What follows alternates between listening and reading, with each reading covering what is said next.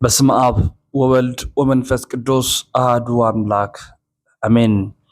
የተወደዳችሁ ውድ ቤተሰቦቻችን እግዚአብሔር ቢፈቅድናም ቢወድ ታላቁን የመጽሐፍ ቅዱስ ክፍል የአዲስ ኪዳንን ከማቴዎስ ወንጌል ምዕራፍ 1 ጀምረን እግዚአብሔር እንደፈቀደ ለእናንተ የምናቀርብ ይሆናል።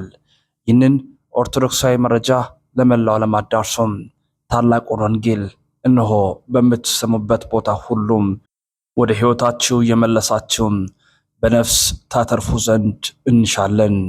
ቀጥታም የቅዱስ ማቴዎስ ወንጌልን ከመተረክን ጀምር። የቅዱስ ማቴዎስ ወንጌል ምዕራፍ 1 ቁጥር 1 የዳዊት ልጅ የአብርሃም ልጅ የኢየሱስ ክርስቶስ ትውልድ መጽሐፍ። አብርሃም ይስሐቅን ወለደም፣ ይስሐቅም ያዕቆብን ወለደም፣ ያዕቆብም ይሁዳንና ወንድሞቹን ወለደም።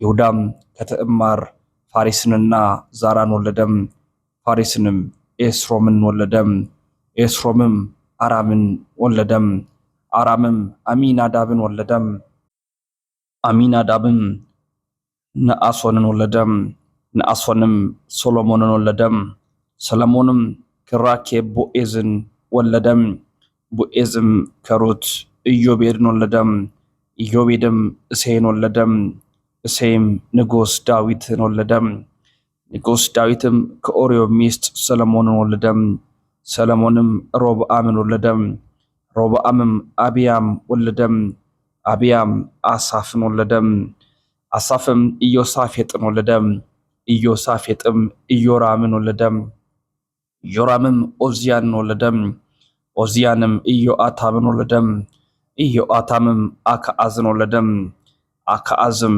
ሕዝቅያስን ወለደም፣ ሕዝቅያስም ሚናሴን ወለደም፣ ሚናሴም አሞጽን ወለደም፣ አሞጽም ኢዮስያስን ወለደም፣ ኢዮስያስም በባቢሎን ምርኮ ጊዜ ኢኮንያንና ወንድሞችን ወለደም።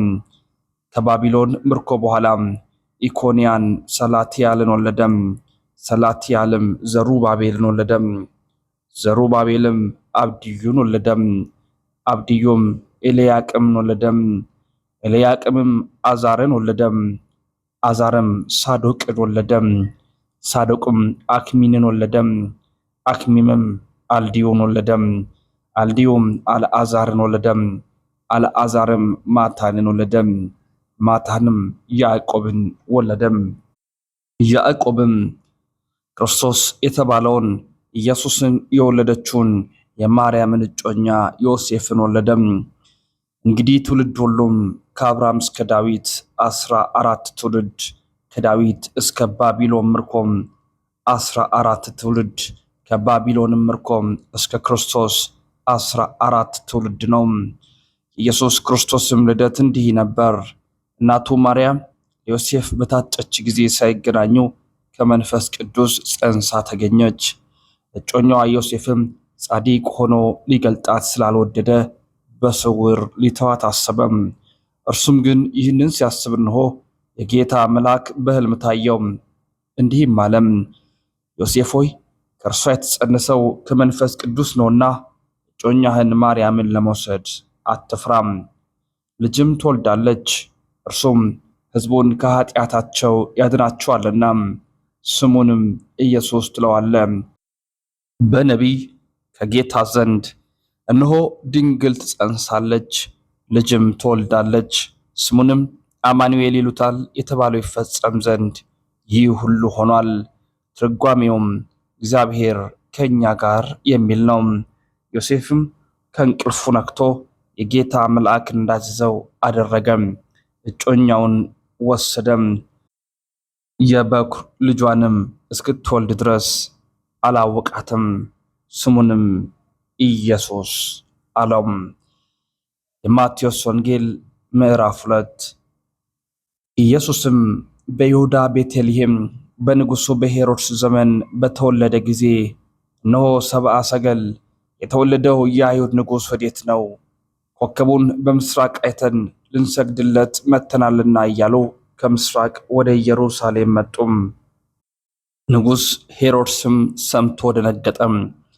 ኢየሩሳሌምም ሁሉ ከእርሱ ጋር የካህናትም አለቆች የሕዝቡም ጸሐፍት ሁሉ ሰብስበው ክርስቶስ ወዴት እንዲወለድ ጠየቃቸው። እነርሱም አንቺ ቤተልሔም የይሁዳ ምድር ከይሁዳ ገዢዎች ከቶ አታንሺም፣ ሕዝቤ እስራኤልን የሚጠብቅ መስፍን ካንቺ ይወጣልና ተብሎም በነቢይ እንዲህ ተጽፏልና በይሁዳ ቤተልሔም ነው አሉት። ከዚህ በኋላ ሄሮድስ ሰብአ ሰገልን በስውር ጠርቶ ኮከቡ የታየበትን ዘመን ከእነርሱ በጥንቃቄ ተረዳ። ወደ ቤተልሔምም እነርሱን ሰዶ ሂዱ፣ ስለ ሕፃኑ በጥንቃቄ መርምሩ፣ ባገኛችሁትም ጊዜ እኔ ደግሞ መጥቼ እንድሰግድለት ንገሩኝ አላቸው። እነርሱም ንጉሡን ሰምተው ሄዱም። እነሆም በምስራቅ ያዩት ኮከብ ሕፃኑ ባለበት ላይ መጥቶ እስኪቆም ድረስ ይመራቸው ነበር። ኮከቡንም ባዩ ጊዜ በታላቅ ደስታ እጅግ ደስ አላቸው። ወደ ቤትም ገብተው ሕፃኑን ከእናቱ ከማርያም ጋር አዩት። ወድቀውም ሰገዱለት። ሳጥኖቻቸውንም ከፍተው እጀ መንሻ ወርቅና ዕጣን ከርቤ ያቀረቡለት። ወደ ሄሮድስም እንዳይመለሱ በሕልም ተረድተው በሌላ መንገድ ወደ አገራቸው ሄዱ። እነርሱም ከሄዱ በኋላ እነሆ የጌታ መልአክ በሕልም ለዮሴፍ ታየው። ሄሮድስ ሕፃኑን ሊገድለው ይፈልገዋልና ተነሳ፣ ሕፃኑንና እናቱንም ይዘህ ወደ ግብፅ ሽሽ፣ እስክነግርህም ድረስ በዚያ ተቀመጥ አለው።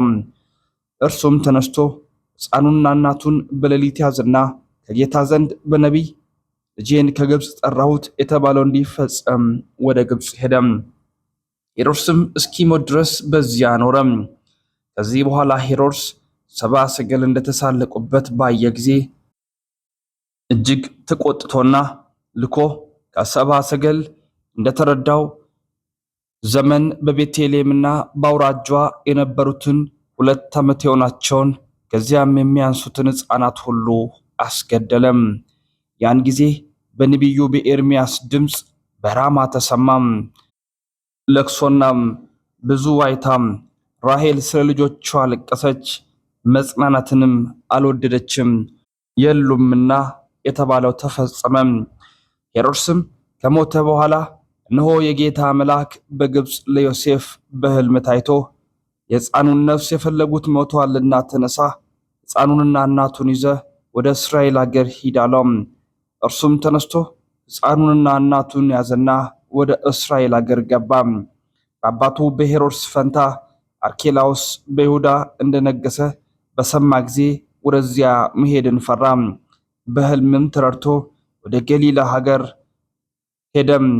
በነቢያት ናዝራዊ ይባል የተባለው ይፈጸም ዘንድ ናዝሬት ወደምትባል ከተማ መጥቶ ኖረም። ምስጋና ይሁን ለአብ፣ ምስጋና ይሁን ለወልድ፣ ምስጋና ይሁን ለመንፈስ ቅዱስ ዛሬም ዘወትርም ለዘላለሙ አሜን።